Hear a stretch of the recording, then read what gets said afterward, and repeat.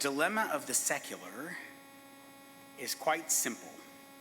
If he denies the Christian ethic, he falls short of the American ideal of life. Those are words from a 1954 sermon delivered by the Reverend Dr. George M. Doherty at New York Avenue Presbyterian Church. Doherty was born in Glasgow, Scotland in 1911 and became pastor of the historic House of Worship in downtown Washington in 1950.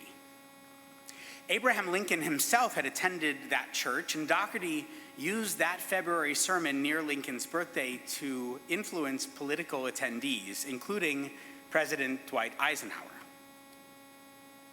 How many of you grew up saying the Pledge of Allegiance?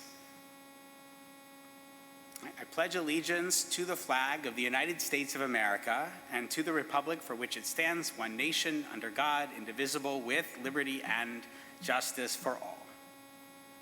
Did you know that the words "under God" weren't in the original? Raise your hand if you knew that. Excellent. That's important. And not by a long shot. They were added by Congress, and the new text was signed into law on Flag Day, June 14, 1954, by President Eisenhower. The original pledge dates to 1892 and was also written by a Christian pastor, but that man, Francis Julius Bellamy, was a socialist who was deeply concerned with the Establishment Clause of the First Amendment, the theoretical wall of separation between church and state. That's why, though a man of faith, he did not mention God when he wrote the pledge. But the 1950s were a different time. The Red Scare and McCarthyism were in high gear, and Pastor Doherty played into the fervor perfectly. Concerned about quote-unquote militant atheistic communism, he insisted that patriotism and piety were one and the same. The sermon is homiletically brilliant, and he makes a couple of key midrashic moves, if you will. First, as Eisenhower sits before him in Lincoln's pew, Doherty invokes Lincoln's own faith and quotes the Gettysburg Address. "It is under God that this nation shall know a new birth of freedom." Then Doherty says, by implication, it is under God that government of the people, by the people, for the people, shall not perish from the earth. Did you catch that? Now let's leave aside the very real possibility that the version Lincoln delivered at Gettysburg in 1863 may not have included the word God at all. There are 5 manuscripts of the address that we have in existence, and only 3 of the 5 actually include this line. The one that we're used to seeing, the one that's inscribed on the walls of the Lincoln Memorial, was written by Lincoln in 1864. The genius of Doherty's move, though, is that he conflates the first phrase with the second, that this nation under God shall have a new birth of freedom, wrote Abraham Lincoln, and that government of the people, by the people, for the people shall not perish from the earth. Lincoln speaks of freedom as a divine gift. Doherty is concerned with divinity of government. To be sure, Doherty cared about freedom too. He was a fierce advocate for civil rights. He marched at Selma. He objected to the Vietnam War. But he also believed in and preached a different sort of warfare. We face today a theological war, he said. It is Harmageddon, even using the correct Hebrew for the term, a battle of the gods. It is the view of God as it comes down to us from the Judeo-Christian civilization in mortal combat against modern, secularized, godless humanity. Then, after proclaiming that to omit the words "under God" in the Pledge of Allegiance is to omit the definitive character of the American way of life, Doherty turns his attention to the First Amendment. What is prohibited, according to Doherty, is not state-endorsed religion. It's the creation of a particular American church. In his estimation, the words "under God" include the great Jewish community and the people of the Muslim faith, he says, and the myriad of denominations of Christians in the land. What then of the honest atheist, he asks. Secular men, he opines, are fine in character. Some of my best friends are atheists. Can almost imagine him saying. But then he calls these friends spiritual parasites.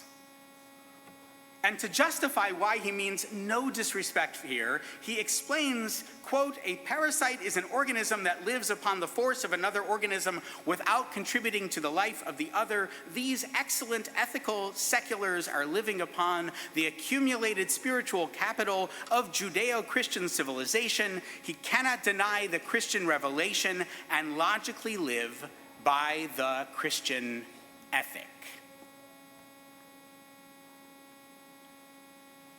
In defense of American democracy over heathen communism, Pastor Doherty patronizes non-believers, appropriates Bellamy, appropriates Lincoln, Jefferson, and even Emma Lazarus, and champions Christianity under the guise of supposed religious pluralism.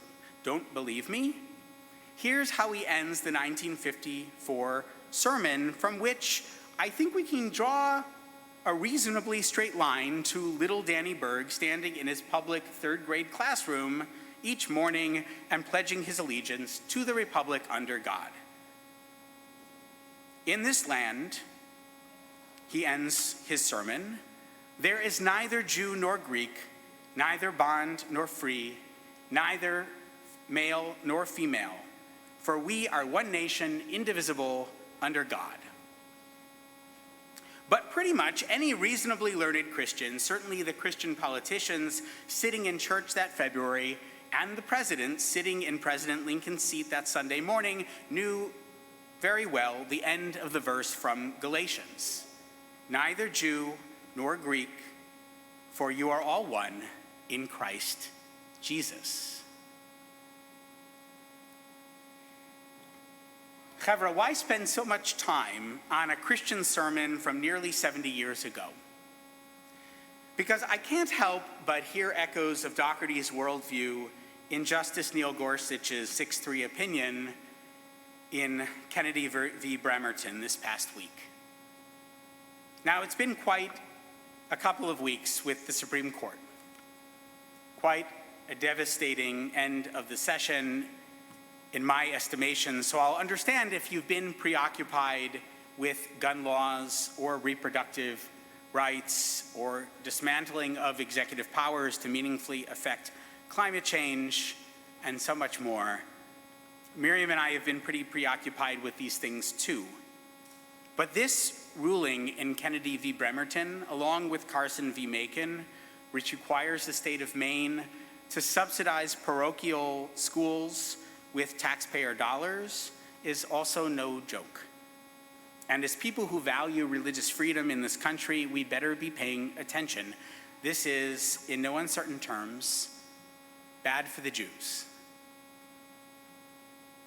Without getting too far into the weeds, what's at issue here is precisely what animated George Doherty and those who insist that to be American is to champion religiosity. And make no mistake, Gorsuch and Roberts and other justices in the majority are clear which religion they want to make sure ought to be defended, supported, funded, and allowed to flourish. In her dissent, Justice Sotomayor, also, it should be noted, a proud Catholic, like so many of her colleagues on the court, said, students look up to their teachers and coaches as role models and seek their approval. They also depend on this approval for tangible benefits. Players recognize that gaining the coach's approval may pay dividends, small and large, from extra playing time to a stronger letter of recommendation to additional support in college athletic recruiting. Justice Gorsuch said he rejects the view that the only acceptable government role models for students are those who eschew any visible religious expression. But this is, to use a term of art, a bunch of baloney.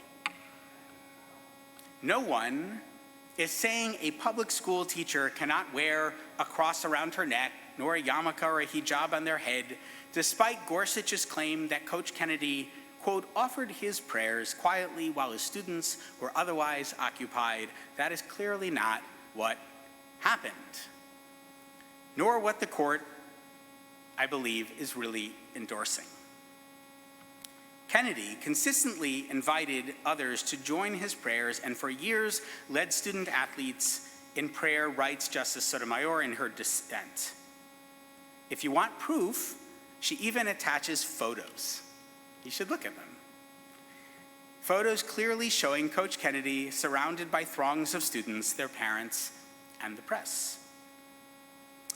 She writes in that dissent, the district emphasized that it was happy to accommodate Kennedy's desire to pray on the job in a way that did not interfere with his duties or risk perceptions of endorsement, stressing that development of accommodations is an interactive process.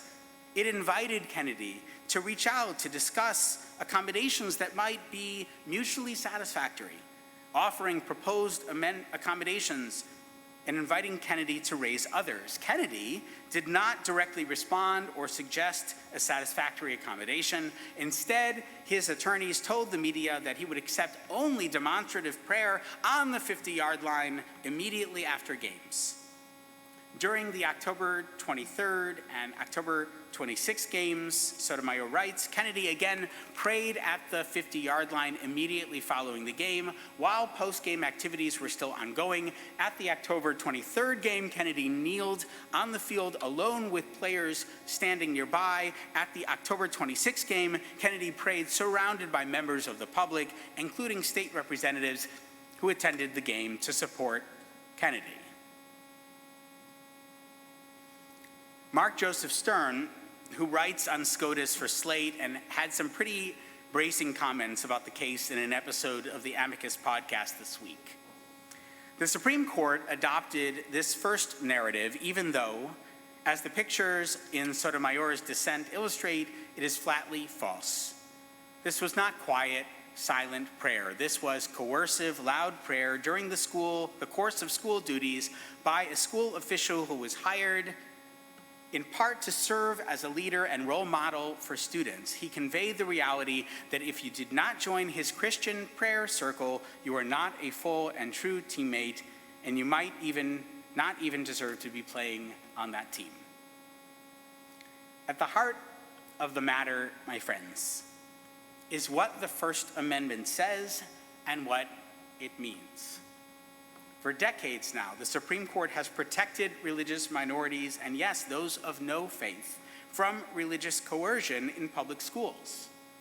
Now SCOTUS has a new goal: to protect Christians from having to limit the expression of their Christianity in public, taxpayer-funded contexts. It is a move worthy of Pastor George Dougherty. It's also reminiscent of the titular character of our Parsha. The Parsha begins, Vayikach Korach, and Korach took. But then it continues, V'datan ve'aviram b'nei Aliyah ve'on ben Pelet b'nei Reuven. And Datan, and Aviram, and On. If so many characters, why is the verb Vayikach in the singular? He took. Why isn't it Vaikhu? They took. Explains the 19th century Rabbi Tzvi Hirsch Kalishner, because each and every one of them was in the battle only for himself. The secret of Korach's rebellion, as so often is reflected in, I think, the underbelly of populist endeavors, is that these types of leaders are not really out for the people. They are certainly not concerned for the little guy. They are about power and the consolidation of power. If there's a message for us as we consider the Supreme Court decisions ostensibly about religious liberty, if there's a lesson to be learned from the raft of decisions this session, most definitely including Dobbs, it's that we are looking at the erosion of democracy, the shifting of the very ground beneath our feet as we plunge deeper into perhaps an irreconcilable divide. Why does the mouth of the earth open to swallow Korach and his band? According to the Hasidic master Reb Simcha Bunim of Pshischa, they fanned the flames of argument, and the earth was simply unable to exist beneath them. However, the earth is shifting beneath our feet. This isn't a lesson about a vindictive God.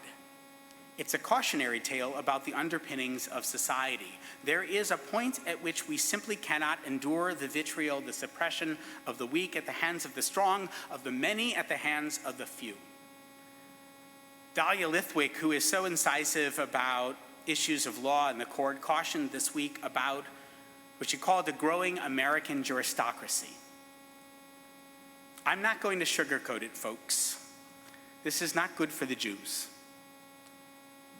And it's bad for Americans, and it's bad for democracy.